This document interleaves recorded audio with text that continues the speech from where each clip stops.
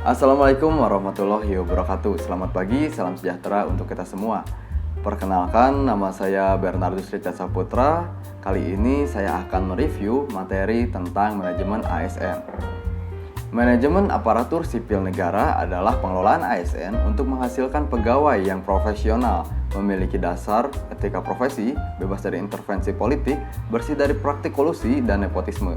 Penyelenggaraan kebijakan dan manajemen ASN ini berdasarkan pada asas kepastian hukum, profesionalitas, proporsional, keterpaduan, delegasi, netralitas, akuntabilitas, efektif dan efisien, keterbukaan, non-diskriminatif, persatuan dan kesatuan, keadilan dan kesejahteraan. Manajemen aparatur sipil negara meliputi kedudukan, peran, hak dan kewajiban, dan kode etik ASN. Kedudukan, peran, hak, dan kewajiban serta kode etik ASN diatur dalam Undang-Undang Republik Indonesia Nomor 5 Tahun 2014 tentang aparatur sipil negara, di mana di dalamnya membahas mengenai kebijakan yang harus dilaksanakan, tugas dan peran, menjabarkan hak yang akan didapatkan meliputi gaji, tunjangan, perlindungan, beserta kewajiban yang harus dilakukan selama menjalankan tugas sebagai ASN, dan juga terdapat kode etik ASN. Hal ini dipaparkan secara menyeluruh dengan tujuan agar kebijakan yang dibuat pemerintah dijadikan sebagai pedoman, baik di lingkungan sekitar maupun sebagai aparatur sipil negara, demi menjaga loyalitas dan dedikasi ASN sebagai pelayan masyarakat. Yang kedua adalah konsep sistem merit dalam pengelolaan ASN. Sistem merit merupakan kebijakan dan manajemen ASN yang berdasarkan pada kualifikasi, kompetensi, dan kinerja secara adil dan wajar, dengan tanpa membeda-bedakan latar belakang, politik, ras, warna kulit, agama, asal-usul, jenis kelamin, status pernikahan, umur, atau kondisi kecacatan. Berdasarkan pengertiannya, maka kita dapat simpulkan bahwa penempatan seorang ASN akan dilakukan secara adil dengan mempertimbangkan kemampuan dan kualifikasi seseorang dalam melaksanakan pekerjaan, dan tidak subjektif. Sedangkan bagi organisasi, sistem ini mendukung keberadaan prinsip akuntabilitas agar dapat mengarahkan SDM-nya untuk mempertanggungjawabkan keberadaannya. Yang ketiga adalah mekanisme pengelolaan ASN.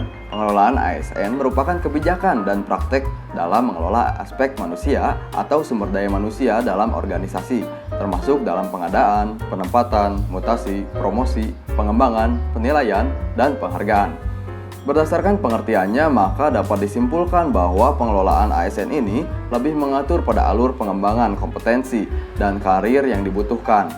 Sedangkan bagi organisasi, pengelolaan ASN memiliki tujuan untuk membina, memberikan perlindungan hukum dan rekomendasi kepada Majelis Kode Etik, serta menyelenggarakan usaha untuk kesejahteraan ASN dengan bantuan sistem informasi untuk dapat menjamin efektivitas, efisiensi, dan akurasi dalam pengambilan keputusan.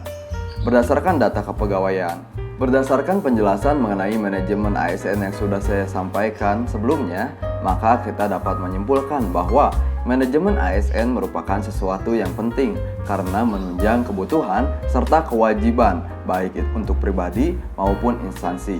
Manajemen ASN juga mengatur dan menentukan peran, tugas, hak, dan kewajiban kode etik ASN.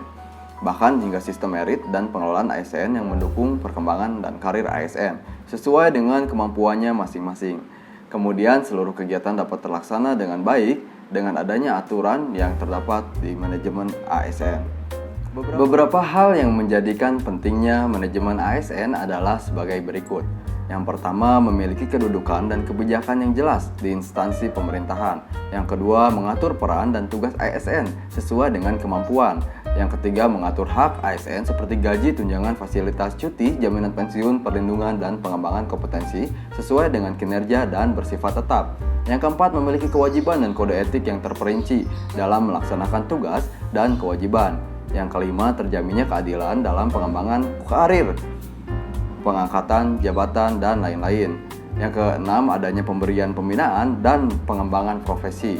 Yang ketujuh, diberikan perlindungan hukum dan advokasi serta rekomendasi kepada majelis terhadap pelanggaran kode etik.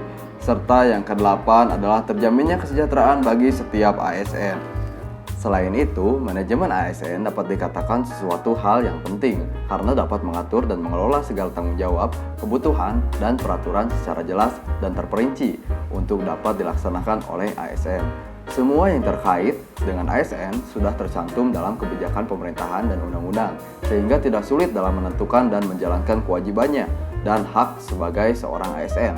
Maka dengan adanya manajemen ASN ini, alur kinerja dan kebutuhan ASN akan berjalan secara seimbang dan sistematis, bahkan untuk mencapaikan lingkungan kerja yang bersinergi.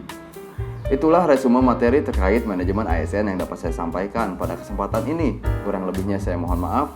Terima kasih.